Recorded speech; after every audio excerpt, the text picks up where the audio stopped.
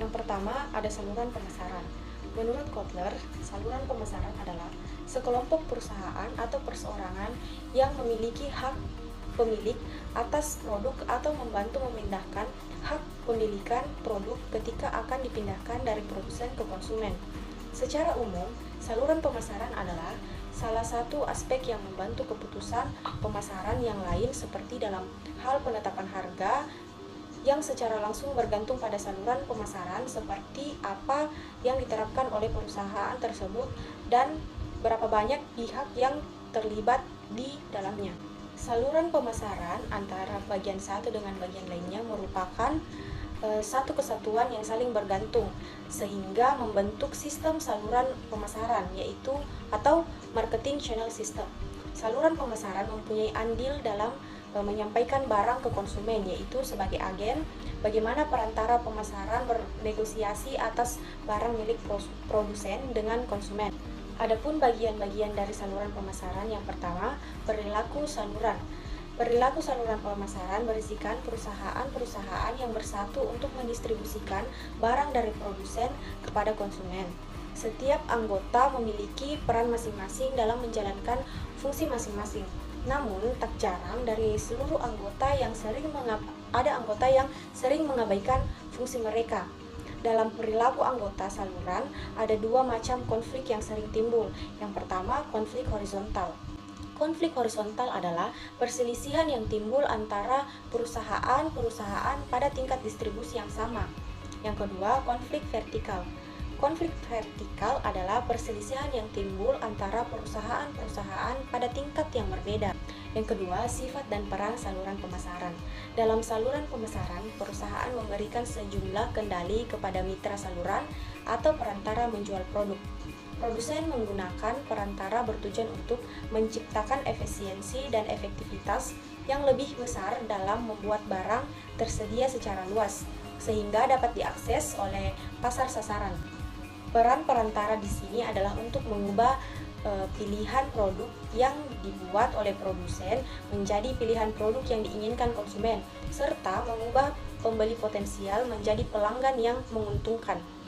Fungsi utama anggota saluran pemasaran adalah untuk menyediakan link antara produsen dan konsumen.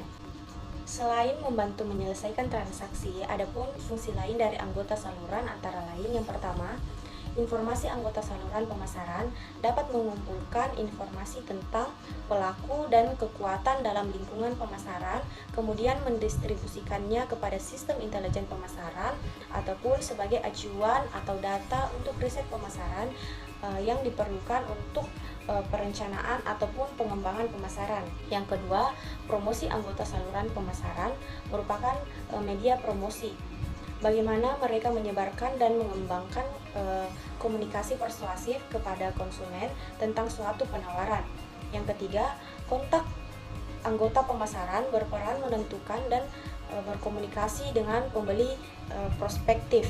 Yang keempat, mencocokkan dan membentuk dan menyesuaikan penawaran agar sesuai dengan permintaan konsumen. Yang kelima, negosiasi bagaimana anggota pemasaran dan konsumen melakukan tawar-menawar harga dan syarat pengalihan kepemilikan produk sehingga mencapai titik sepakat.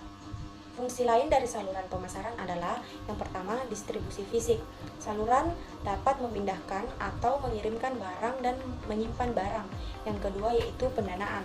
Anggota saluran mendapatkan dan menggunakan dana tersebut untuk menutupi biaya kegiatan pendistribusian produk.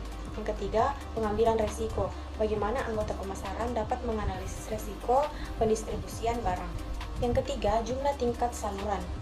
Tingkat saluran adalah lapisan perantara yang melakukan sejumlah pekerjaan dalam membawa produk dan kepemilikannya lebih dekat dengan pembeli akhir. Adapun tingkatan-tingkatan saluran pemasaran konsumen dibedakan antara dua saluran. Yang pertama, pemasaran konsumen dan saluran pemasaran distribusi atau bisnis. Perbedaannya dapat teman-teman baca pada kolom berikut. Bagian B, organisasi saluran. Organisasi saluran terbagi menjadi 4 bagian. Yang pertama, sistem pemasaran vertikal.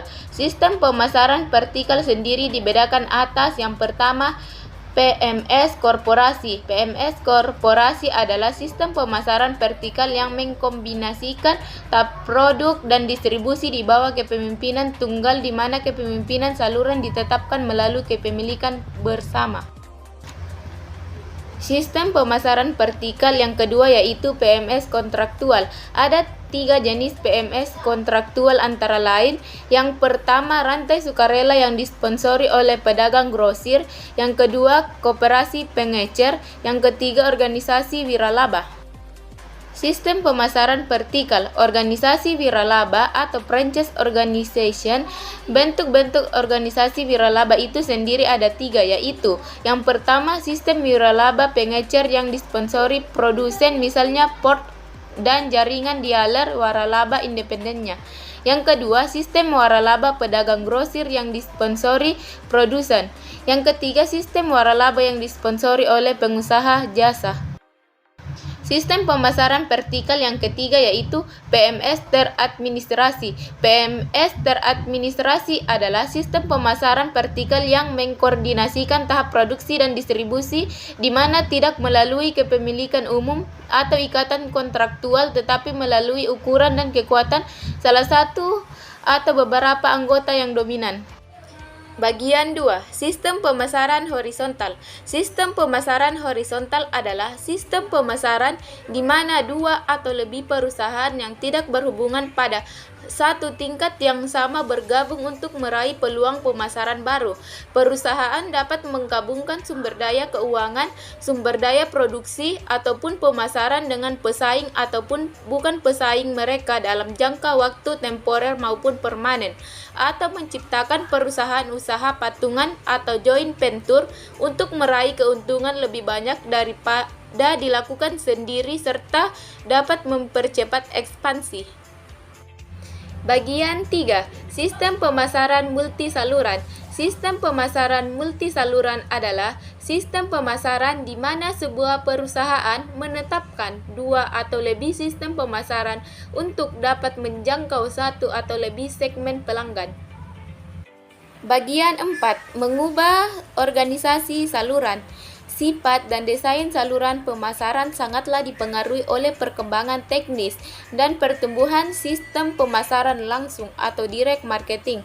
Maka tak jarang jika suatu perusahaan mengubah organisasi saluran pemasaran mereka, salah satunya dengan cara disintermediasi, yaitu proses pemotongan perantara saluran oleh produsen di mana produsen langsung bergerak menuju ke pembeli akhir, atau ketika tipe perantara baru menggantikan perantara tradisional secara radikal. Disintermediasi sendiri dapat menghasilkan masalah dan peluang bagi produsen dan perantara.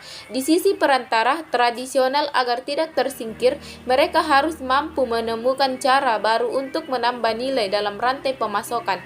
Sedangkan produsen sendiri harus mampu mengembangkan peluang saluran baru seperti internet ataupun saluran pemasaran langsung lainnya. Namun dengan menerapkan saluran langsung akan membawa produsen dalam pesaing dengan saluran mereka sendiri. Disinilah perusahaan harus bisa mencari cara agar dapat tetap kompetitif dan tidak menimbulkan konflik dengan saluran pemasaran sendiri. C. Keputusan desain saluran. Berikut beberapa tahapan yang perlu diperhatikan dalam kaitannya mengambil keputusan desain saluran yang tepat, antara lain: yang pertama, menganalisis kebutuhan konsumen. Yang kedua, menentukan tujuan saluran. Ketiga, mengidentifikasi alternatif utama. Ada 3 strategi dalam menentukan jumlah perantara pemasaran, antara lain: yang pertama, distribusi intensif. Yang kedua, distribusi eksklusif. Yang ketiga, distribusi selektif. Produsen dan perantara harus menyetujui syarat dan tanggung jawab masing-masing seperti kesepakatan harga, kondisi penjualan, hak teritorial distributor, layanan dan tanggung jawab bersama. Mengevaluasi alternatif utama.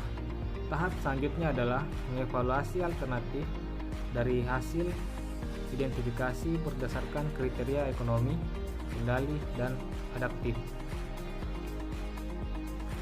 Kriteria ekonomi berkaitan dengan bagaimana perusahaan bisa menganalisis perkiraan penjualan, biaya, dan profitabilitas dari alternatif yang berbeda. Baik, materi selanjutnya yaitu keputusan manajemen saluran. Yang pertama, memilih anggota saluran. Produsen harus memilih perantara yang sesuai dengan karakter yang diinginkan. Untuk agen penjualan, perhatikan jumlah ukuran lini produk yang dijual dan kualitas tenaga penjualan. Untuk departemen store yang menginginkan distribusi eksklusif, evaluasi lokasi, potensi pertumbuhan dan jenis pembelian. Kedua, pengelolaan dan motivasi anggota saluran.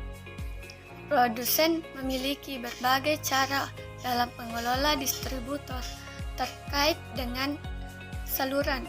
Jenis-jenis saluran meliputi korsif, penghargaan, resmi, dan acuan. Yang ketiga, pengevaluasian anggota saluran. Produsen harus mengevaluasi kinerja anggota saluran terhadap standar yang telah ditetapkan.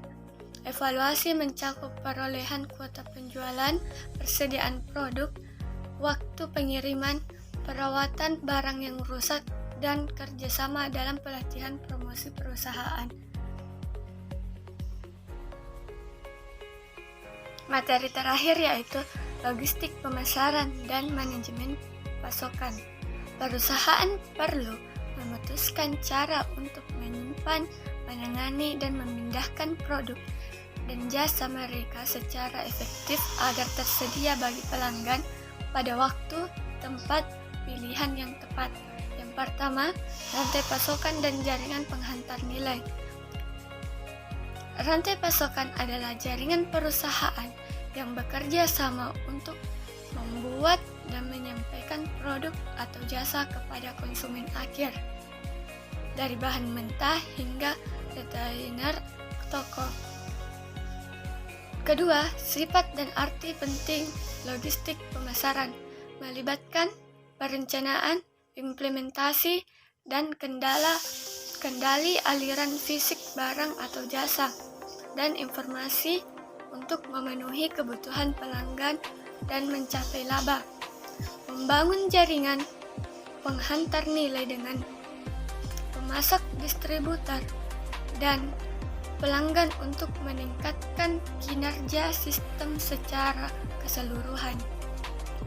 Ketiga, tujuan sistem logistik menyediakan tingkat layanan pelanggan yang diinginkan dengan biaya termurah dengan fokus pada pemaksimalan laba daripada sekadar penjualan. Keempat, fungsi logistik. Pergudangan, manajemen persediaan, dan transportasi merupakan fungsi utama yang mempengaruhi keputusan pelanggan dan biaya perusahaan. Kelima, manajemen informasi logistik. Informasi menjadi kunci dalam pengelolaan rantai pasokan. Dengan perusahaan merancang proses sederhana, cepat, dan akurat untuk memperoleh dan berbagi informasi saluran. Keenam, manajemen logistik terintegrasi. Terdapat tiga, yaitu kerjasama antara departemen di dalam perusahaan dan integrasi sistem logistik dengan pemasok dan pelanggan diperlukan untuk mencapai kinerja logistik yang optimal. Kedua, membangun kemitraan logistik. Kerjasama dengan kemitraan saluran diperlukan untuk meningkatkan distribusi dan memberikan nilai kepada konsumen akhir. Dan yang ketiga, logistik pihak ketiga. Banyak perusahaan menggunakan penyediaan logistik pihak ketiga untuk efisiensi, fokus pada bisnis inti, dan pengetahuan akan lingkungan logistik yang kompleks.